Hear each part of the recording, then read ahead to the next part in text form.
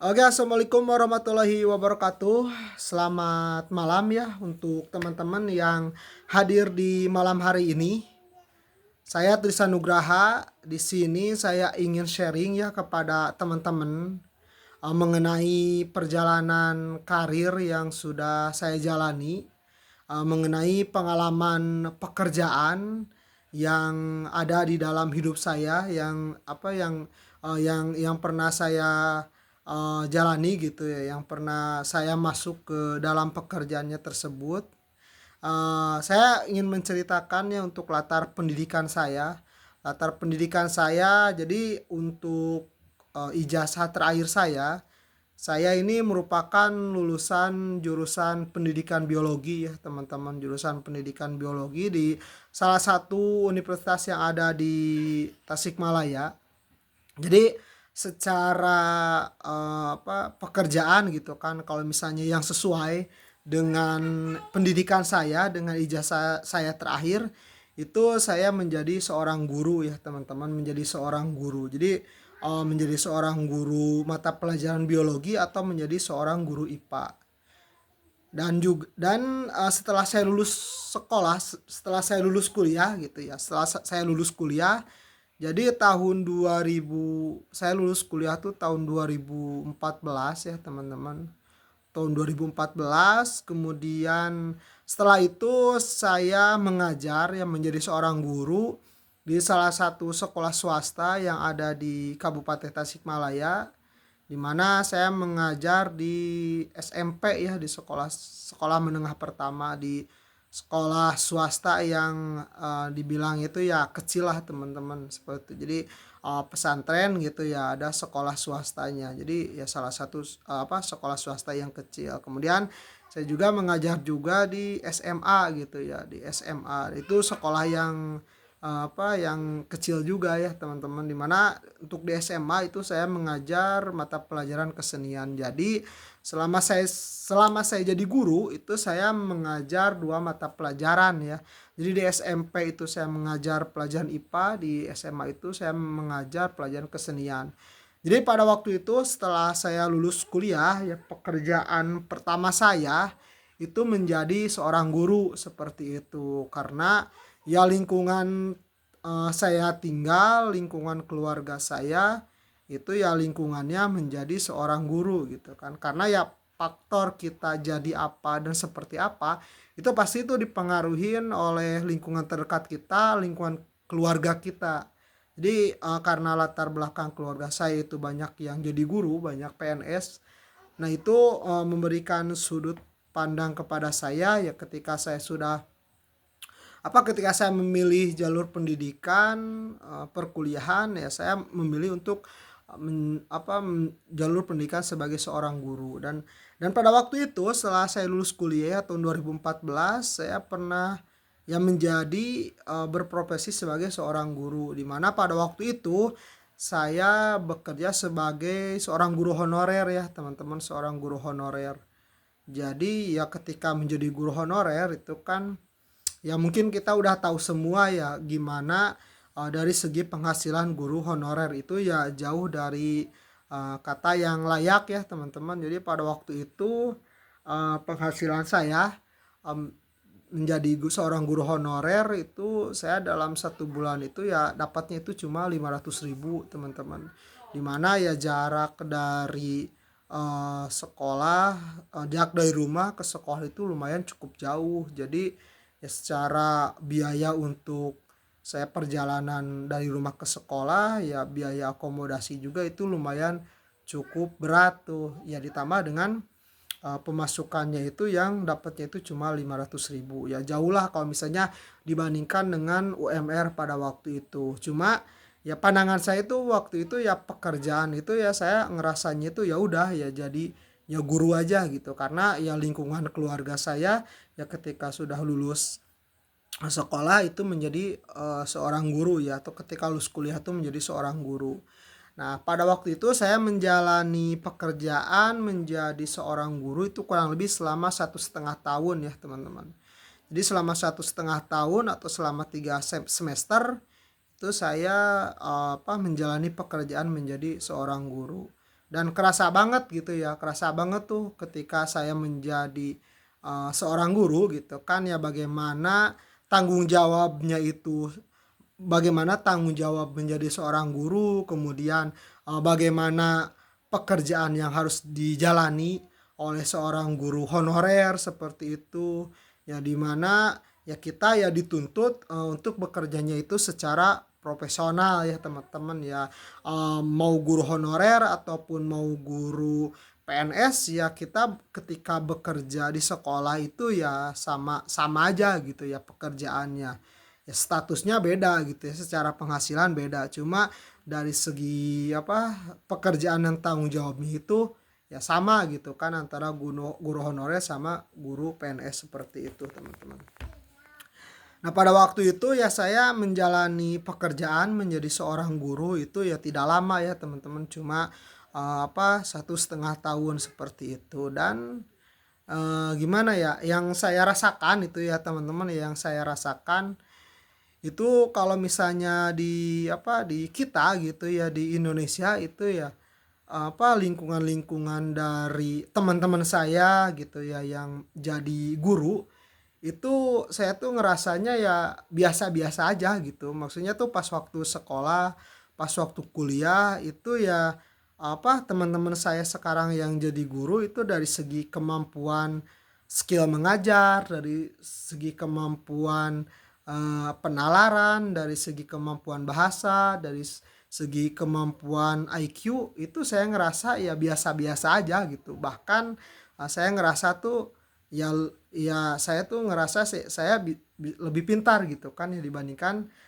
dengan teman-teman saya yang sekarang menjadi seorang guru. Nah itu yang menjadi yang menjadi kekhawatiran saya gitu kan ya, karena saya lumayan tahu gitu kan ya bagaimana kualitas teman-teman saya ketika pas waktu kuliah. Nah sekarang mereka menjadi seorang guru, di mana kan ya kalau misalnya seorang guru itu kan mengajar anak didik kita gitu kan, mengajar anak-anak kita ketika sekolah.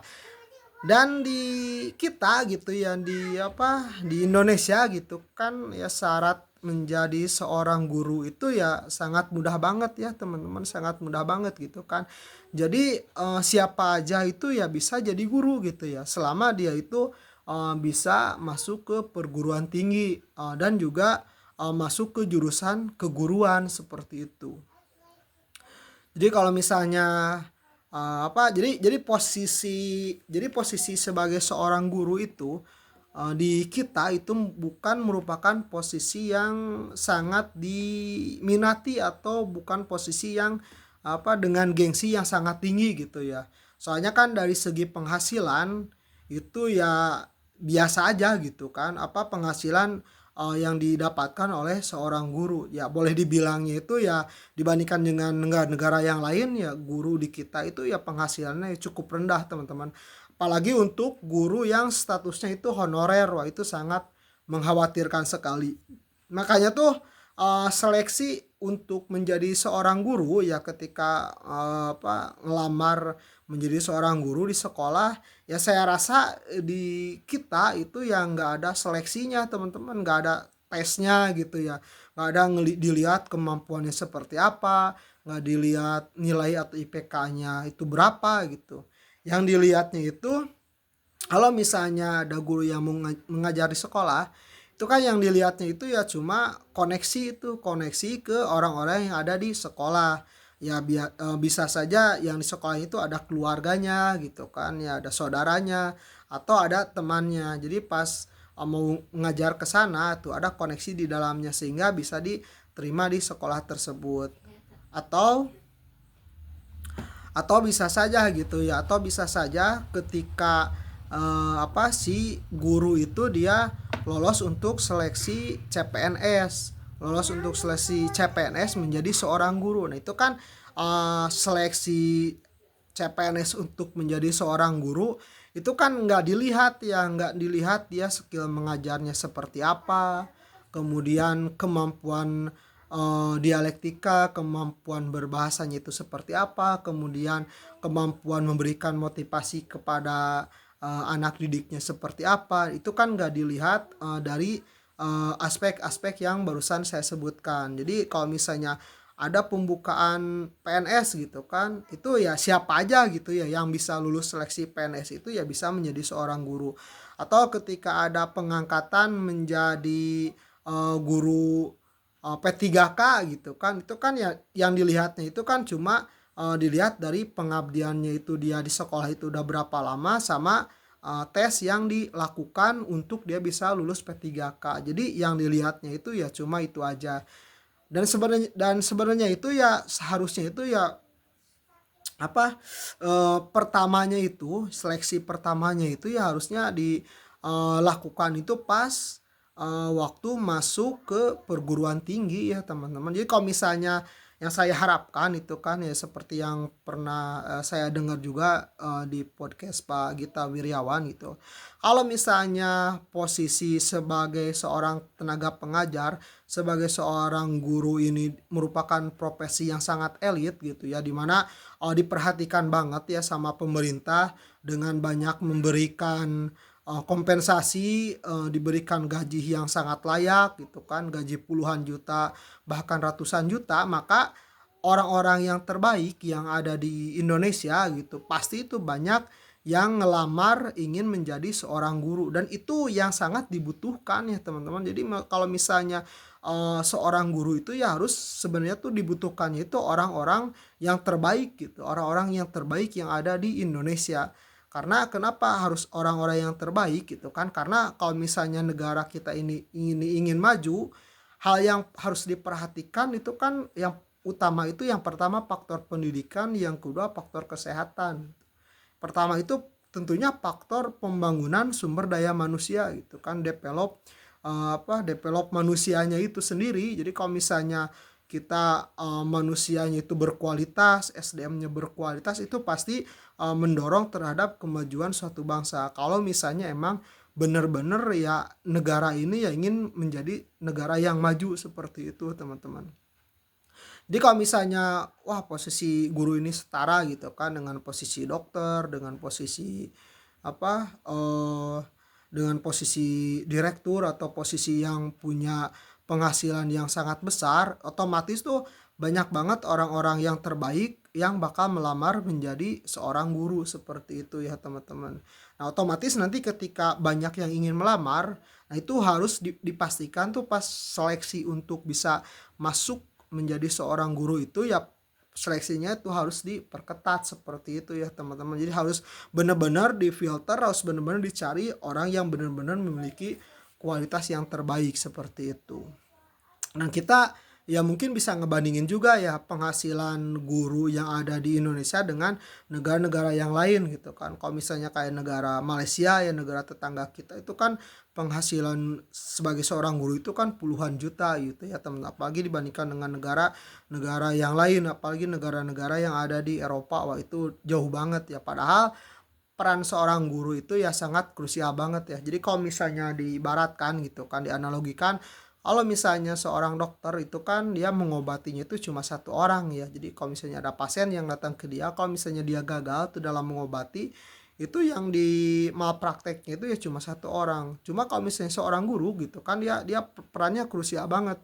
Kalau misalnya dia dalam memberikan pengajaran itu ya dia memberikan pengajaran yang kurang baik gitu kan, atau memberikan pemahaman-pemahaman yang keliru, nah itu kan yang jadi korbannya itu ya setiap kelas itu kan berapa puluh anak gitu kan, belum setiap tahunnya itu pasti ya banyak banget tuh murid-murid yang baru gitu kan silih berganti, maka yang menjadi korbannya itu ya ratusan siswa gitu kan yang kurang terdidik dan juga kurang diberikan penalaran dan juga motivasi yang baik dari guru tersebut. Dan saya rasa tuh sekarang banyak banget ya di sekitar kita, di lingkungan-lingkungan sekolah kita gitu ya, yang ya secara kualitas tenaga pengajarnya itu ya masih jauh dari kata layak gitu menjadi seorang guru gitu kan. Bahkan ya banyak banget gitu kan orang yang sebenarnya itu dia secara passionnya itu, secara minatnya itu bukan menjadi seorang tenaga pengajar, menjadi seorang guru, tapi karena dia ikut gitu ya kuliahnya, ya udah jadi keguruan. Nah pas dia jadi guru gitu, ya dia secara kualitasnya itu ya masih jauh lah gitu kan, ya dia jelek gitu dari segi kualitasnya seperti itu.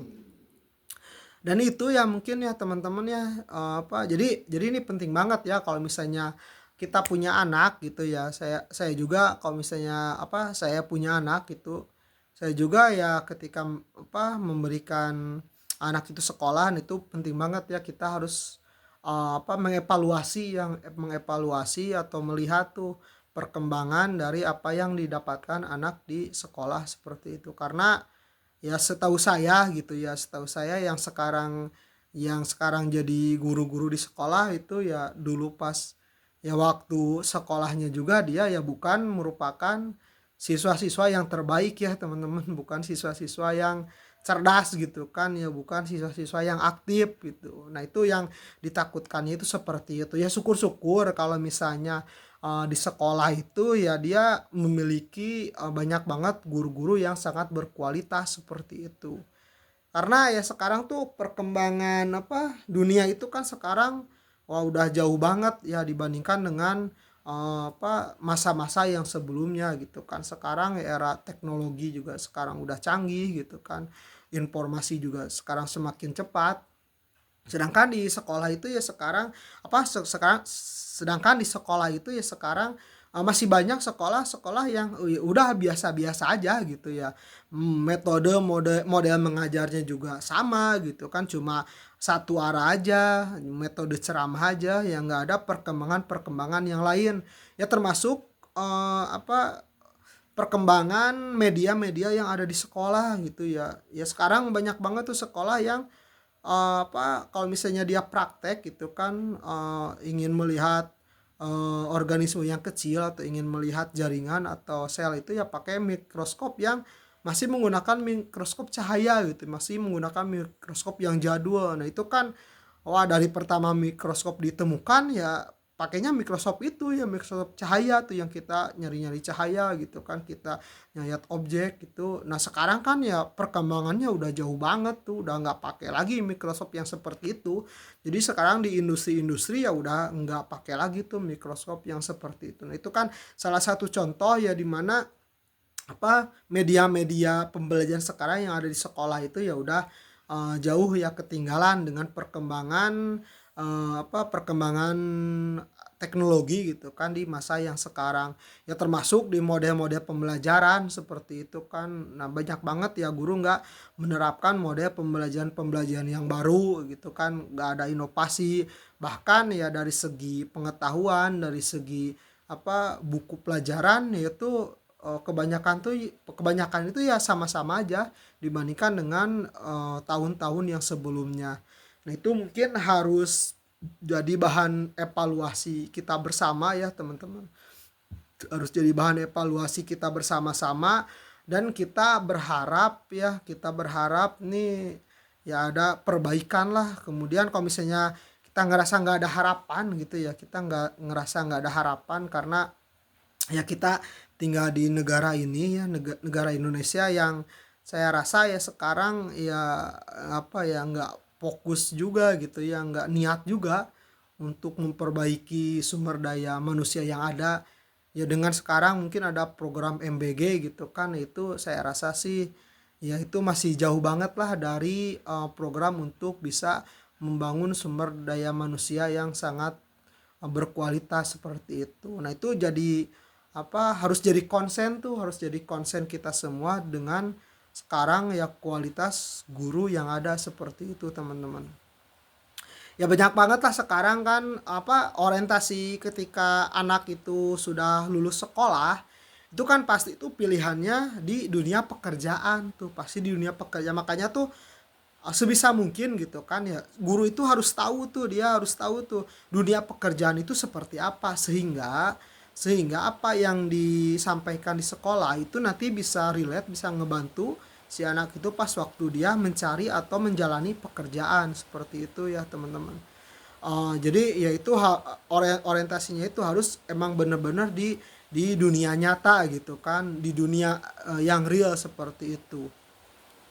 Nah, mungkin itu yang bisa saya sampaikan ya teman-teman. Jadi nanti untuk kedepannya ya saya juga bakal sharing juga ya pengalaman kerja di tempat-tempat saya yang selanjutnya.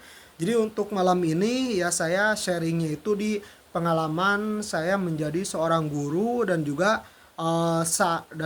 masukan dari diri saya pribadi ya tentang bagaimana ya kita bersama-sama untuk bisa meningkatkan kualitas sumber daya manusia lewat guru-guru yang berkualitas.